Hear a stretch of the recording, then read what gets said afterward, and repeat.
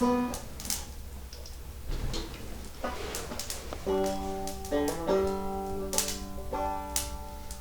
death couldn't keep my Jesus down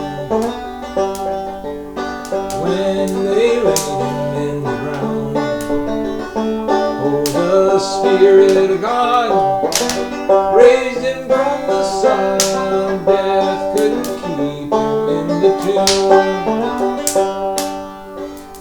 You know, when I think about those old songs and I think about these last weeks, it's sometimes you want to go back to those things which are really familiar, those things that can give you some normalcy, and there's a temptation for us to try to do that too, to look for those things that bring us some comfort. But what's normal about what's been going on? What's familiar? This is so different. You're not in school. You're not, we're not able to meet together. So I've decided, no surprise to you, I'll just embrace the strangeness of it all. The country is in a shutdown. The world is really in a shutdown. People are out of work. These are not normal times, and so to try and approach them in a kind of a fantasy way, like it's all normal, would be, I think we miss something. We could miss some of the lessons that are here. Why are we doing all this? Why is all this happening? Well, I'm grateful to our leaders who are really trying hard to keep more thousands or hundreds of thousands of people from dying from this COVID-19 that makes people so sick, thousands of people sick. I hope it doesn't make you sick. And also causes people to die. Many, many thousands of people have died. As of today, over 12,000 people have died. Hundreds of people have died in our state. I know in New York there were 600 plus people that died yesterday, and there are over additionally 700 people that died in the last 24 hours. This is a really, really, where death is very apparent to us. And though we have not experienced that, and gratefully and hopefully because of the choices that many of you are making, we will not see that so much. But still it causes us. It's kind of like this low-grade anxiety that is kind of coming up. People are saying that they're having stress dreams and other things that go along with it.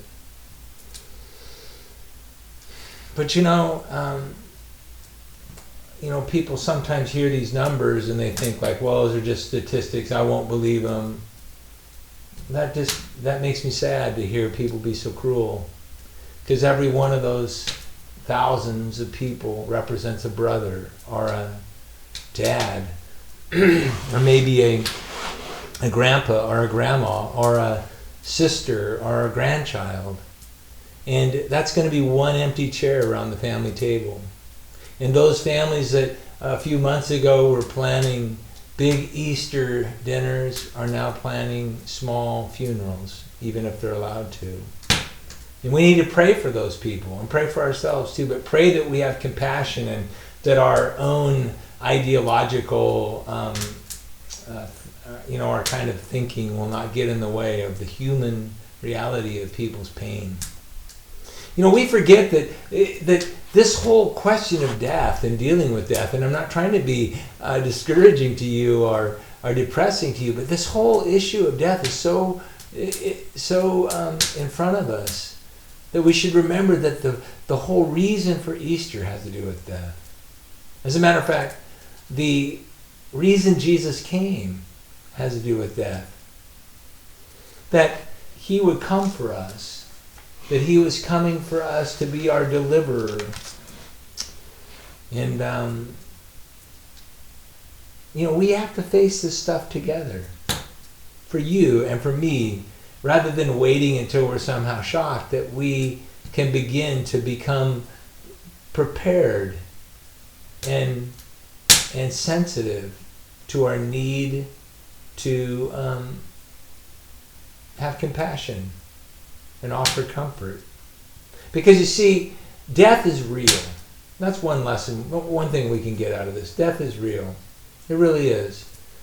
Jesus, of course, we remember that he died for us. He came because death in all of its expressions, the physical realities of it and the spiritual realities of it and the emotional realities of death it's so real. It's something we all will face. And death, because it is real, is also scary. You know, every parent thinks about their children, and I know you do, and children think about their parents and about their siblings and ones that are far away. We live with this kind of dark fear. It's kind of low grade. It's the king of fears, they say. And some people literally live in type of slavery to fear, the fear of death. As a matter of fact, they don't want to talk about death. They always say they're going to keep it always positive. But they're really running scared. Someone one time said, no one's really prepared to live until they're really prepared to die. And that's the great thing about Jesus, is it says in Hebrews 2:15, he came that he might free those who through fear of death were subject to slavery all their lives. We don't have to be like that. But death is also, we have fear about it because it's painful. And we don't want it for ourselves. We don't want to be unclothed. And we don't want it for those that we care about. But death is also instructive. You know, we face our own deaths, and as we face those and we face the death of other people, we can be taught, we can learn. Doctors say even the challenge on our bodies, the reason why our bodies are not at this time fighting off this new virus, this coronavirus, is because our immune systems, according to these scientists say, are naive. They've not yet learned how to deal with it. They either are overwhelmed by it or they overreact, and that causes problems too. See, even our biology can learn things from these kind of challenges. The Bible says that you and I must learn to face this, to be brave together. And it's a teachable moment for us. We're kind of forced into it. And we can't, dodge it.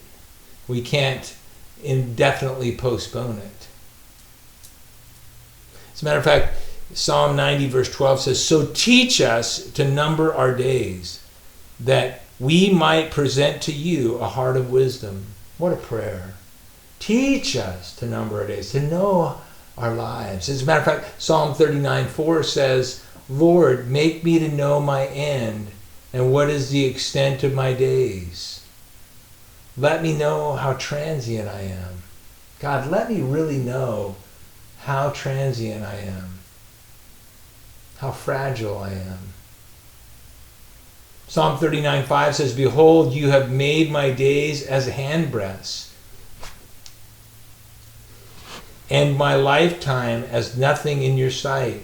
Surely every man at his best is a mere breath, Selah. Instruct our lives, God. That's what he's saying.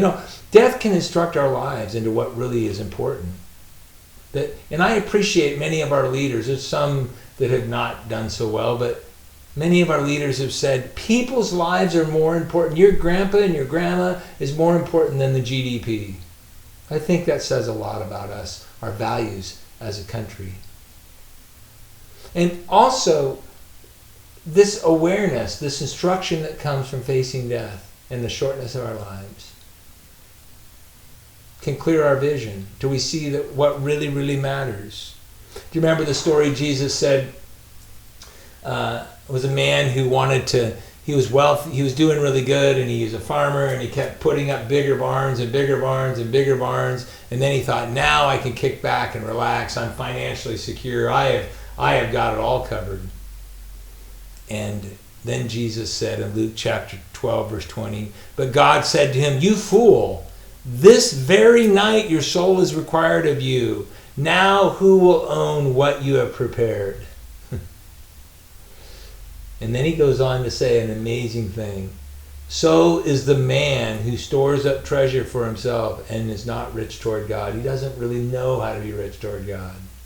He just is looking for a way to deal with his fear of death with more wealth. You can't do it that way. We should not live foolish lives, and really you should not be this fool. This whole experience we're going through, through one way or the other, ought to instruct you to not follow this kind of foolishness and to listen to people who teach this kind of foolishness. And then Ephesians, and we ought to not be foolish. As a matter of fact, Ephesians 5:14 says, for this reason, it says, awake, sleeper, and arise from the dead. In other words, don't think in this way. Have an awakening, and Christ will shine on you. Therefore, be careful how you walk, not as unwise, but as wise. And that's because death instructs us. It pushes us into action, to act. That's why Ephesians 5:16 says, making the most of your time because the days are evil, or seizing up every opportunity because the days are evil. You know, he asks the question, time may be short for me or for you. I don't know if I'll get this. I don't know who will. I don't know how I'll fare or how you'll fare. But what if you die without reconciling with your loved ones, with your family members, with friends, or with your past? Or what if you die without giving? Jesus said, don't store up for yourself treasures on earth where moth and rust corrupt or thieves break in and steal. Then he goes on and he says, but store up for yourselves treasures in heaven where neither moth nor rust corrupt nor thieves break in and steal. He was talking about that same idea of being rich toward God. You know what? The only thing you're going to take to heaven with you, my friend, is what you give away now. What you give away now. So many people say, oh, somebody told me, oh, I could have given so much more. If I would have not left it where I did, I could have gave massive amounts of money, but I lost it. Isn't that how it is? Money talks, it says goodbye. That's why one old preacher said, do your giving while you're living, so you're knowing where it's going. You see, what if you die without giving? Or how about, what if you die without telling? Telling people you love them. Telling them how much you appreciate them, how grateful you are for them. Thanking them. Telling them you're sorry. Asking for forgiveness. Or how about telling your story about how you lived your life and what you learned? Or how about telling your story about how God met you and dealt in your life? What if you die before you do that? Redeem the time, for the days are evil. You need to tell your story about how faithful God has been to you. And you know what else death instructs us to do? It instructs us our hope. And I'm going to talk about that on Sunday. I'll talk a lot more about how at the most poignant moment of the death of his friend Lazarus, Jesus said, I am the resurrection and the life, and he who believes in me will live even if he dies. This is why Jesus came, that we might not just confront this, but we might learn the instruction of hope as we do confront it. You don't have to live your life scared or foolishly or cling to stuff or building your barns or blind to what really matters. We can say what Paul, oh death, where is your sting? Oh grave, where is your victory? We have the victory in Christ. And I'm grateful to get to share that with you. Not just tonight, but especially on Easter as you gather together with your family and you can sit down if you're with some folks, or you can share it online. You could share this online too. As you go to this, you can look down at those options, the giving or responding to this message on the website. Oh, death couldn't keep my Jesus down when they laid him in the ground. Oh, the Spirit of God raised him from the sod. Death couldn't keep him in the tomb.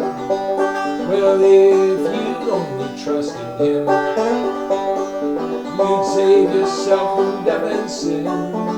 If you'd rise and live with him,